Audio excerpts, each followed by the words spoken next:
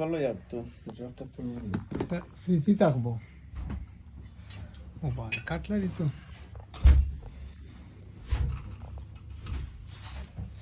আচ্ছা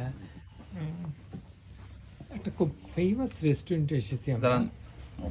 এই রেস্টুরেন্টে কবি শাকুর মজিদকে নিয়ে এসেছিলাম আমি অনেকদিন আগে। এই রেস্টুরেন্টের একটা ঐতিহ্য আছে,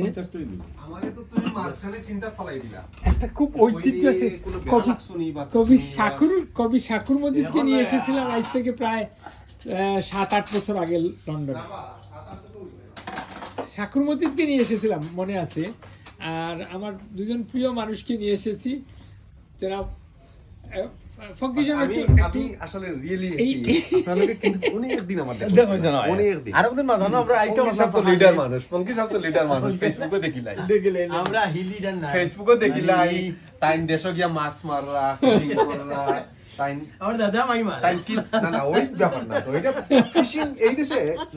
আমার ও এত আত্মীয় হইল গিয়া ফিশিং প্লেসেস আছে আপনার বছরও এটলিস্ট 7 থেকে 8,000 পাউন্ড খরচ করা লাগে ফিশিং এ যাইতে হইলে ফিশিং করতে গিয়া রড লইয়া 7 থেকে 8,000। আজকে তাৎক্ষণিকভাবে এই রেস্টুরেন্টে আসার মূল কারণটা হইছে তো এগুলা কিন্তু একটা সুন্দর রেস্টুরেন্টের দৃশ্য আপনাদেরকে দেখাই।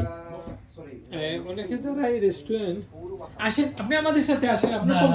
শুনেন, আপনার কোম্পানি দেওয়ার জন্য আমরা এসেছি। আমরা কিন্তু আমরা আসলে খাবার মূল উদ্দেশ্য আসি নাই। আসে আপনি আমাদের সাথে কোম্পানি দেন। এই রেস্টুরেন্টের অনেক সুনাম রয়েছে। জনাব ইকবাল বুলবুল সাহেবের রেস্টুরেন্টে আমরা অনেকদিন পরে আসলাম, একটু দেখে যাই, আপনাদেরকে একটু দেখাই। এই রেস্টুরেন্ট হচ্ছে টেস্ট অফ রাজ। এটা হার্টফোর্ডশায়ার, সম্ভবত এক্স্যাক্টলি হার্টফোর্ডশায়ার কিনা আমি জানি না, তবে খুব এরিয়াটা খুব ভেরি পশ।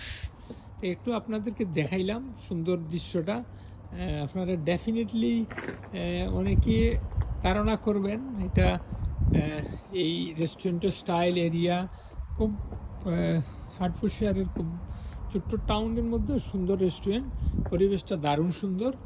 আমি আপনাদেরকে টেস্ট অফ রাজের একটা সুন্দর দৃশ্য দেখাইলাম। একটা বাড়ি দেখাই যেটা আসলে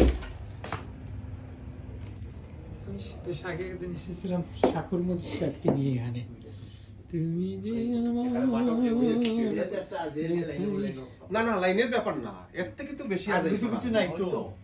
কিন্তু আমি কইলিছি ফট করে মাছ ধরার ছিপ, মাছ ধরার বড়শি যেটা। আচ্ছা কবি একটু জানি জনাব ইকবাল বুলবুল সাহেবের রেস্টুরেন্ট এখানে একটু